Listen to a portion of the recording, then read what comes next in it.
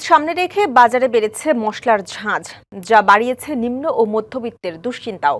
সাধারণ চালের দাম স্বাভাবিক থাকলেও বেড়েছে পোলাওয়ের চাল, চিনি ও বিভিন্ন মশলার দাম। সবজির বাজারে কিছুটা স্বস্তি মিললেও নিত্যপণ্যের বাজার এখনো অনেক পরিবারের নাগালের বাইরে। এলাচি বিক্রি হচ্ছে ৪৪০০ থেকে ৫৫০০ টাকায়, আর কিচমিচ ৪৫০ টাকা থেকে ৯০০ টাকায় বিক্রি হচ্ছে। তেলের দাম সহ বেড়েছে অধিকাংশ মশলার দাম। সেমাই ২৫০ গ্রাম ৪০ থেকে ৭০ টাকা, চিনি ১১০ টাকায়, আর সুগন্ধি চাল ১৩০ থেকে ১৫০ টাকায় বিক্রি হচ্ছে। যদিও বিক্রেতাদের দাবি এখনো নিয়ন্ত্রণের মধ্যেই আছে বাজার। পোলার চালটা মোটামুটি ১-১.৫ মাস অথবা ২ মাস ব্যাগে আপনি যান, তখন থেকে বাইরে গেছে, ওই যে বাড়ছে আর নিচের দিকে আর আসেনি। মশলা এবার দাম বাড়ার কোনো আতঙ্ক নেই, কোনো ইয়েও নাই, কিন্তু বেচা কিনা কম, বেচা কিনা পুরোপুরি জমে নেই। আমগো তেলের সরবরাহ। ঈদ আসবে, সাথে ক্যাশব্যাকও আসবে। নিজের বা প্রিয়জনের জন্য কেনাকাটায় এবারও নগদ পেমেন্টে পাচ্ছেন দারুণ ক্যাশব্যাক। তাই যাই কিনুন, পেমেন্ট করুন নগদে।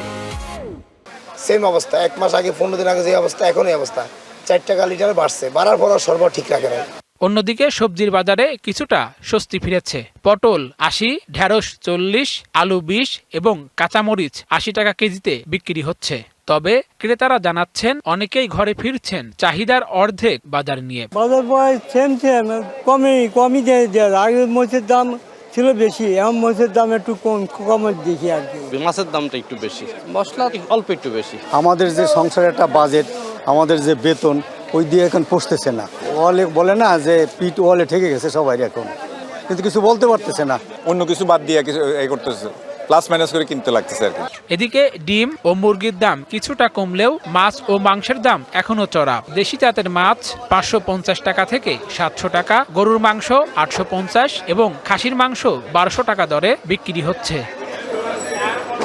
Tanvir Suman, DBC news, Dhaka.